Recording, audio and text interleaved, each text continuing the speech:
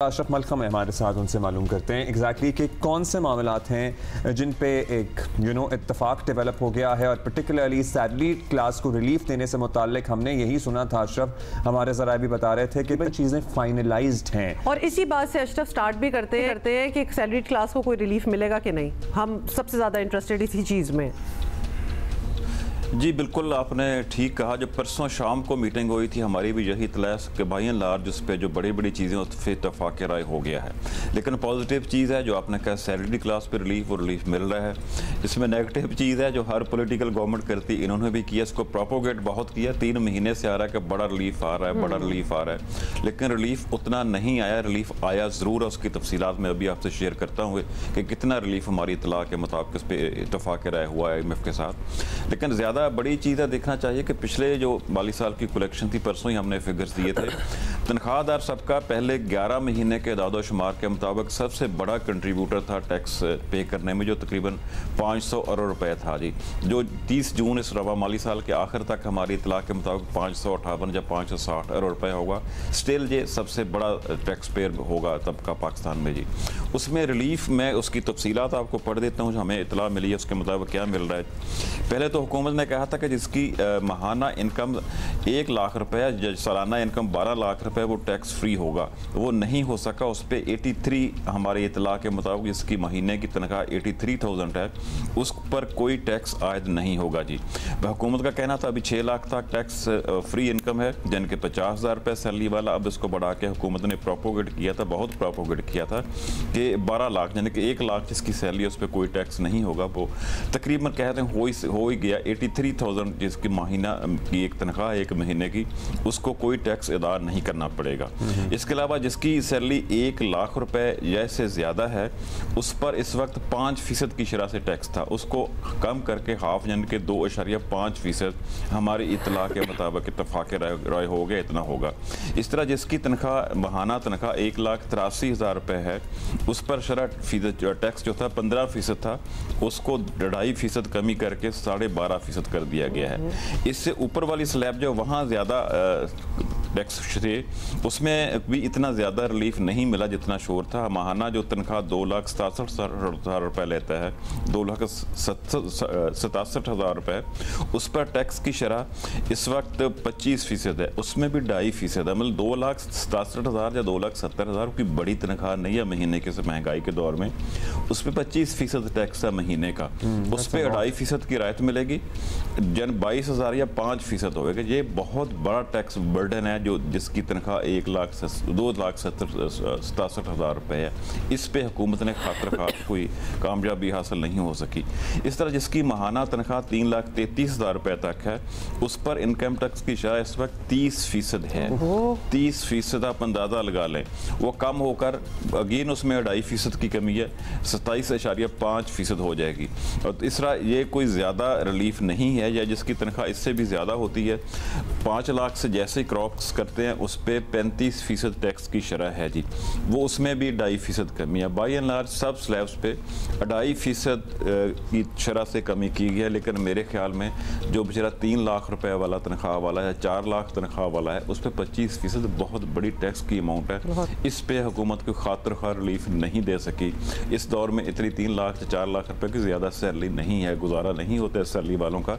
सबसे मजलूम तबका वही है, वज़ाहत तो वाइट कॉलर होते हैं, लेकिन तनख्वाह में उनका गुजारा नहीं होता जी। अच्छा, और इत्तेफाक़ राय किस बात पे हुआ? चलिए, ये तो रिलीफ जितना पिछला साल मुश्किल गुजरा है, मतलब रवा माली साल जितना मुश्किल गुजरा है, हम ये तवक्को कर लें कि चलें रिलीफ का आगाज़ है, अल्लाह करे कि अगले साल ज़रा खातिर खा कमी हो। ये जो अखराजात कम करने वाली बात है, इस पे जी मैं एक छोटा सा तहरीरी ज़मानत चाहिए। जी जी जी। जिस चीज़ की मुझे बहुत तकलीफ है, आपको भी होगी, सारे पाकिस्तान को है, तनख्वाहदारों से तो टैक्स ले लिया, जो रिटेलर्स हैं उनके लिए अगले टैक्स में भी कोई ज़्यादा बड़ी एक्सेस स्टेप्स नहीं है। उनको किस तरह टैक्स नेट में लाया जाएगा, उनके अभी भी रायतें देने की बात हो रही है, उनको कंसेशन देने की बात हो रही है। कोई ऐसी स्कीम अगले टैक्स में नहीं आएगी इसमें रिटेलर या होलसेलर को टैक्स नेट में लाने के लिए उन पर कुछ सख्तियाँ की जाए। हालांकि अभी रिटेलर तैयार हैं कि हम पे फिक्स टैक्स लगा दें मीडियम और छोटे दुकानदारों पर। कल हमारे साथ रिटेलर्स के कुछ नुमाइंदे नुमाइंदगान मौजूद थे, लेकिन ऐसा लगता है कि हुकूमत तैयार नहीं है उन पे टैक्स लगाने के लिए। नहीं अब्दुल्ला, इस पे रिटेलर्स गेम खेलते हैं। वो इनके दो ग्रुप्स हो जाते हैं। हमेशा मैं पिछले 20 साल से देख रहा हूँ, एक तबका आके कहता हम तावन करने के लिए तैयार आए, हम तैयार करें, वो कुछ ना कुछ कंसेशन अपने सेक्टर के लिए ले जाते हैं। जो बड़ा तबका होता है अगले दिन सड़कों पे आ जाता है, कहता है ये तो नुमाइंदे नहीं है, ये गुड कॉप बैड कॉप वाली गेम है। बिल्कुल ये गुड कॉप बैड कॉप वाली गेम है। बिल्कुल तुम ये करना, हम ये करेंगे। बड़ी अफसोस की बात है, 20 साल से हो रहा है। और ये भी बड़ा एक क्वेश्चन मार्क है कि हुकूमतें जो है बजट बनाते हुए रिटेलर्स की हॉस्टेज क्यों बन जाती हैं। ये भी बहुत बड़ा सवाल है कि क्यों इतना उनको मार्जिन और रूम दिया जाता है कि वो अपनी मनवा सके, या फिर दे ही ना, टैक्स दे ही ना। तो ये क्यों है, ये भी बहुत बड़ा सवाल है। क्विकली बता दें। बिल्कुल इसका जवाब मैं देता हूँ। इसका एक सवाल जवाब तो ये है कि मुस्लिम लीग नून की हुकूमत रवायती तौर पर रिटेलर्स को कुछ नहीं कहती। वो समझती है हमारा जो वोट बैंक है, हमारे वोटर है, हमारे सपोर्टर हैं। इससे अफसोस की नाक बात यह है कि जो खुफिया है ना, वो भी इनको सपोर्ट करता है। उनकी ताकत के बगैर, उनकी मदद के बगैर ये लोग शटर डाउन नहीं कर सकते। इनके पीछे किसी न किसी शक्ल में वो लोग खड़े होते हैं जी। अब बात है दूसरा सवाल आपका था कि सवाई हुकूमतों से कौन गारंटी लेगा, कौन जिम्मेदारी लेगा कि वो अपने अखराजात एक लिमिट में रहेंगी, अपने जो सरप्लस अकाउंट शो करेंगी। उसमें से 2 सूबों ने ये इस पे अमल दरामद नहीं किया। सबसे ज़्यादा पंजाब है, शायद उन्होंने 243 अरब रुपए ज़्यादा खर्च किए हैं अपने जो उन्होंने कमिटमेंट की हुई थी। दूसरा सिंध भी, दूसरे नंबर सिंध, उसका शायद 140 अरब कुछ इस तरह की फिगर है, मुझे पूरी तरह याद नहीं है। उस पर IMF का कहना कि हमें बजट में तहरीरी तौर पर उसको बजट का हिस्सा बनाया जाए, डॉक्यूमेंट किया जाए। दूसरा 7 सूबों के साथ फिस्कल पैक्ट हुआ हुआ है वफाकी हुकूमत का, उसको भी IMF का कहना है उसको उस पर अमल दरामद के लिए सूबों को पाबंद किया जाए। सूबों को ये तहरीरी तौर पर बजट में जो उनसे कहलवाया जाए कि वो ये करेंगे, अपने अकाउंट सरप्लस दिखाएंगे। इस पे बातचीत चल रही है जी। दूसरा एक और चीज़, अच्छी चीज़ जो है कि जो नॉन टैक्स फेयर हैं, जो टैक्स रिटर्न फाइल ही नहीं करते, उनके खिलाफ शायद हुकूमत ज़्यादा एक्शन कर रही है इस दफ़ा भी। उसमें एक तो है कि जो नॉन टैक्स फाइलर है, अपने गोशवारे जमा नहीं करवाता, वो ना प्रॉपर्टी की खरीदो फरोख्त कर सकेगा, ना गाड़ियाँ खरीद सकेगा, कोई ऐसा लेन देन कमर्शियल इदारों के साथ वो नहीं कर सकेगा। पिछले साल पहले किया था, लेकिन फिर उसमें हुकूमत ने थोड़ी सी राहत दे दी थी कि ज़्यादा टैक्स अदा करके वो गाड़ी भी खरीद सकता है, प्रॉपर्टी की लेन देन भी कर सकता है।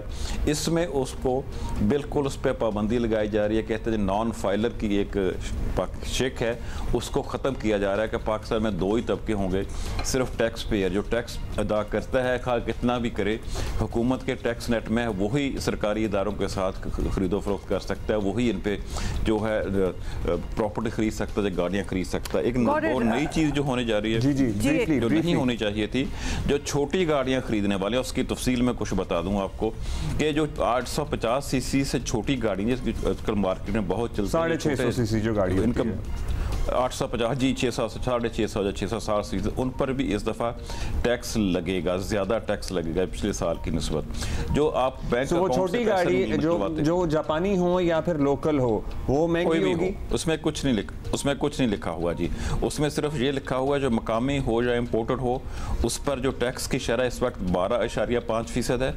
बजट में उसको बढ़ाकर 18%, 18% कर दिया जाएगा। जो सारा का सारा जो बड़ी इंटरेस्टिंग इन्फॉर्मेशन है आपके पास, बड़ी useful information. And we will obviously हम इस पे मजीद बात कर लेंगे।